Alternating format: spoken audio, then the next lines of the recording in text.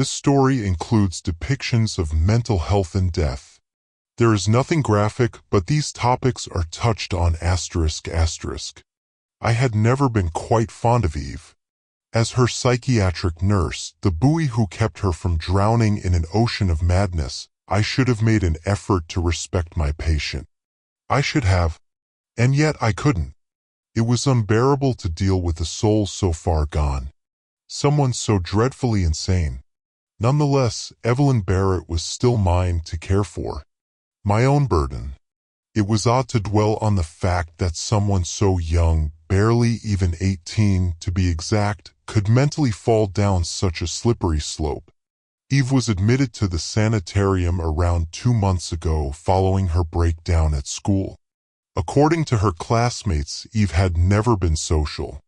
She tended to keep to herself when given the choice, and while this was not abnormal behavior for a teenage girl, it had always been different with Eve. Well, it had grown to become different. Students began reporting incidents involving Eve. They would hear her muttering to herself in class, her words unintelligible but her whispers crazed. They would hear her sobbing in bathroom stalls. Her teachers noticed her grades slipping. Eve would write ominous messages on her papers and she would draw horrific drawings in her notebook. Drawings of characters plucked straight from horror movies. Monsters. Though her behavior was abnormal, Eve caused no problems. She remained silent, which was nothing out of the ordinary. She basked in the endless insanity of her paranoid, twisted mind, but at that time no one was aware of how truly twisted it was. After months of containment, Eve suddenly exploded. She jumped up in the middle of class and shrieked, screaming bloody murder. Accounts of the story from her classmates explained that Eve screamed, "Leave me alone," dozens of times. According to the witnesses, Eve was not talking to a specific person. Not one that anyone could see anyway. Her teachers restrained her and subdued her screams. Her behavior was, according to her classmates, purely and utterly horrifying. Insane. And so I was stuck with Evelyn Barrett. I tried to build connections with my patients and usually I was successful. Over my years as a nurse, I like to think that my psychological support helped my patients heal. It did. There was no doubt about it. I did my job well. Until Eve came along. For some odd reason, I could not break through with Eve, break into her subconscious, and heal her fragile mind. Whenever I tried to talk to her, she would do one of two things. Either she would completely block me out or she would scream nonsense at me. In any case, neither method was beneficial in the slightest. The past 2 months had consisted of pointless therapy sessions and no progress whatsoever. I couldn't help but feel sorry for the poor girl. As I walked into my tidy office, I pushed out a sigh and slumped into my armchair. Eve was scheduled to meet with me at any second, and to be quite honest, I was dreading our session. Up until now, my day had been calm.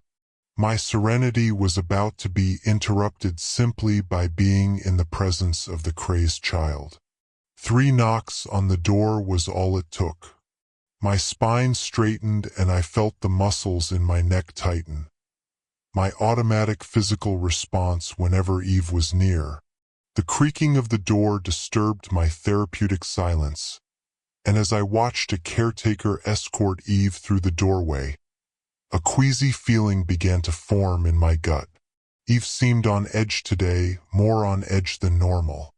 Her long cascade of honey blonde hair was ruffled, as though she couldn't be bothered to run a comb through it. Her face was a sickly shade of white. The shadows casted upon her face complemented the lack of life within her frozen, gray eyes. Eyes that hardly looked like eyes at all. She looked dreadful. The caretaker made sure that Eve settled comfortably on the couch before taking her leave. Nevertheless, Eve looked nothing but uncomfortable. She brought her knees to her chest and hugged them tightly, her body resembling something of a ball.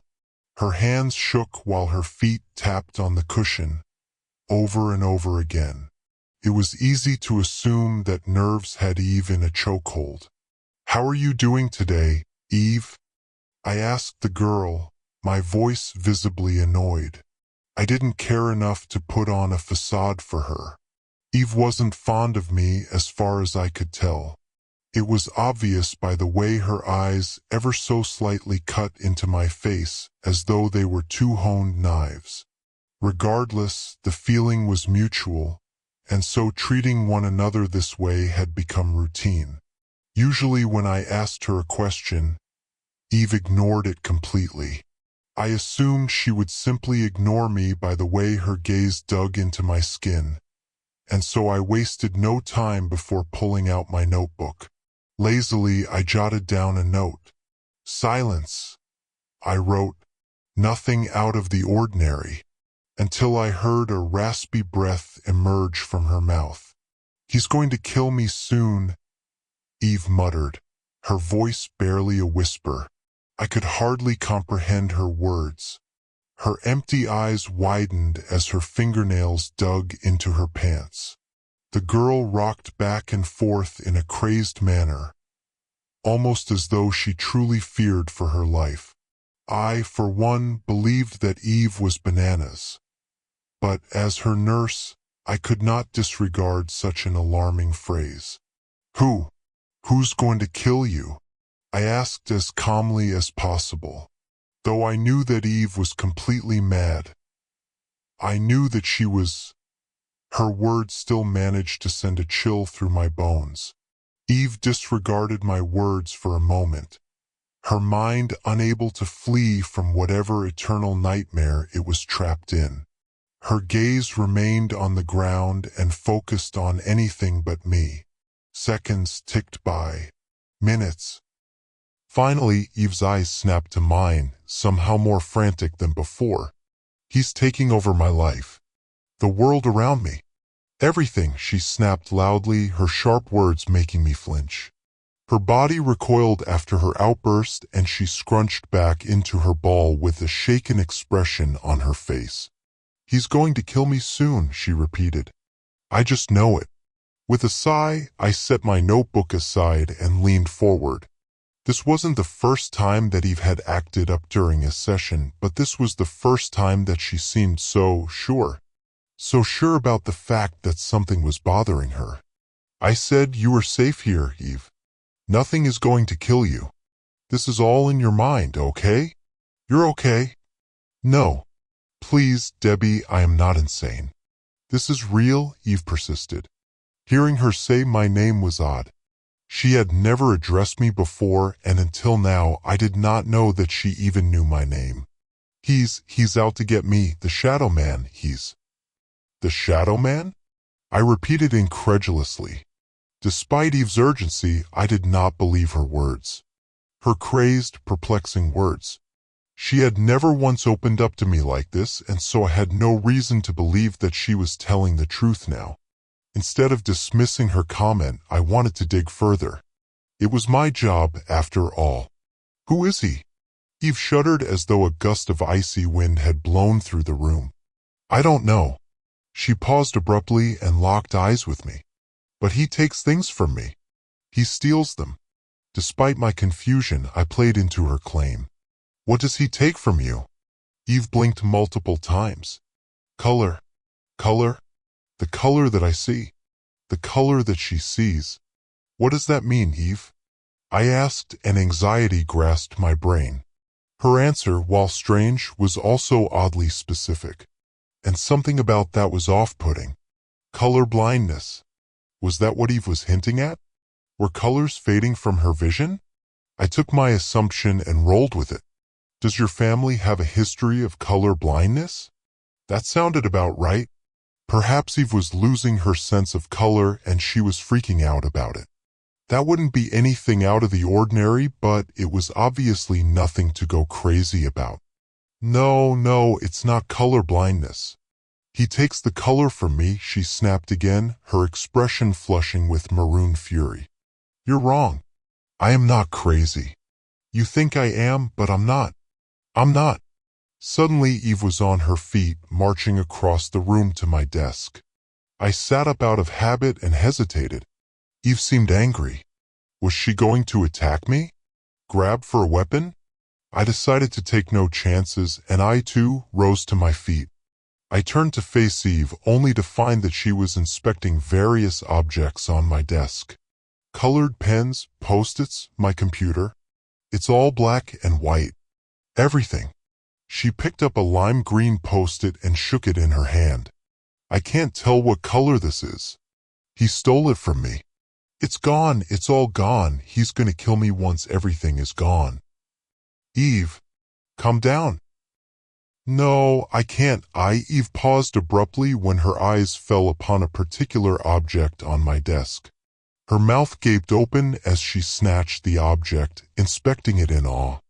I almost reached for her arm and demanded for her to put the object down, but I restrained myself. Eve held the card that my daughter had made for me years ago. On the front of the card was a drawing of a rainbow colored messily with crayon. My daughter had handcrafted the card when I fell terribly ill, and I believed that the card itself had cured me. I had kept it lying on my desk all these years, and the messy rainbow had been my constant reminder that color can supply us with life and wellness. And now, as Eve's shaky hands grasped the card, I fought the urge to snatch it from her. This card was precious to me. I couldn't risk her ruining it. It's colorful. She gasped in awe, her eyes absorbing the card as though its sparkles were emitting from it. I can see the rainbow. He hasn't stolen it from me. Suddenly, Eve's guard was up once again, and she clenched the card against her chest. I winced as the paper grew crinkled in her strong grasp. I need to keep this card with me. I can't let the Shadow Man steal it. It's all I have left. Protectively, I shook my head. My deranged patient could not be trusted with my precious card, my personal gift from my daughter. No, I don't think that's... Debbie, please, Eve urged. For one moment, the desperation in her voice made her sound sane. This is life or death. I am not insane. He is going to kill me. I can't let him steal the color from this. It's all I have. Please. Hesitance gripped me by the throat, and I opened my mouth to speak. Nothing came out. Eve stared me down, and her empty eyes were suddenly not empty anymore. They weren't lifeless. Instead, they seemed brighter, filled with life, with hope. I had never seen this side of Evelyn Barrett before. I stuttered. Nothing is going to happen to you, Eve. You don't need this card. But as I said these words, even I heard the doubt within my voice. I felt that I would regret keeping the card. Perhaps if I gave Eve the card to borrow, she would feel more at ease. Perhaps this card was the key to break through into Eve's mind.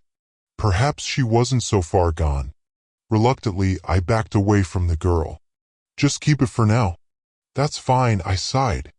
Eve's eyes sparkled and a hint of a smile pricked at her lips. She looked normal, as though she didn't live in a sanitarium. Thank you, Debbie, thank you, she repeated hastily. Just return it to me when you no longer need it. Of course. Eve's mannerism was completely different than it had been when she first arrived. As she continued inspecting the card in awe, I couldn't help but smile. Perhaps I could help her. Perhaps the Eve that I was not quite fond of was fading, and a new girl was coming to light. Either way, I felt the start of something new. Hope. The next day, I was scheduled to check up on Eve. The feeling of apprehension that usually sat in the pit of my stomach was gone. Ever since our session yesterday, I had faith that my patient was healing. Truly healing. I walked with optimism, hopeful that my relationship with Eve was growing stronger.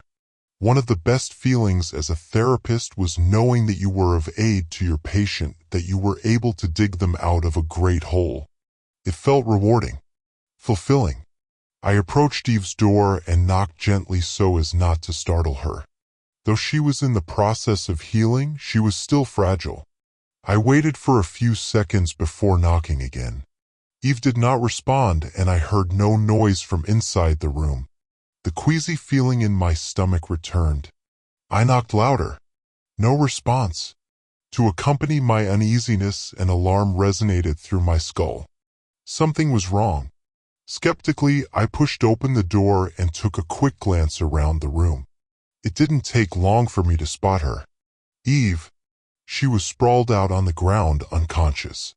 Without hesitation, I crouched on the floor next to her, shaking her shoulder. Eve? Eve, I blurted. There was no response. She didn't move. No, Eve, wake up. My chest felt light as I reached for Eve's delicate wrist. There was no pulse. In fact, her skin was a block of ice. Oh my God, Eve. Numbly, my eyes trailed over towards her hand. Her fingers limply held a little slip of paper with a rainbow on it. The card that my daughter made. The next few moments were a blur. My body began moving on its own while my mind remained stuck on the image of Eve's body on the floor. Her still, pale body. As I unconsciously grabbed the card out of Eve's limp hand and shoved it in my pocket, I heard muffled voices entering the bedroom, scrambling around me, asking me what had happened. I didn't process the question. Couldn't process it. All of my senses were honed in on Eve. On the fact that she was dead. Nurses surrounded Eve and before I knew it, I was laying on the ground too. Losing consciousness. I felt as though I was floating in outer space, and it became a struggle to breathe. My vision was fading into a deep darkness, and everyone near me was fading. The nurses. If everything was fading, I was grasping onto nothing. But, no, something was still there, hidden in the corner of my periphery. Though it blended within the darkness overtaking my mind, it wasn't completely hidden. I saw it. Him.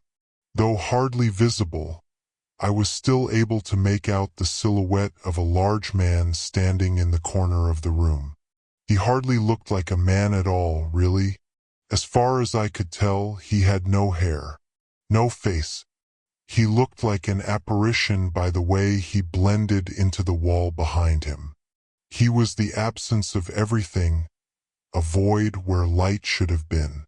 It was impossible to make out the distinct features of the man, but even with a blurry glimpse, I knew that the man was something of a sinister entity.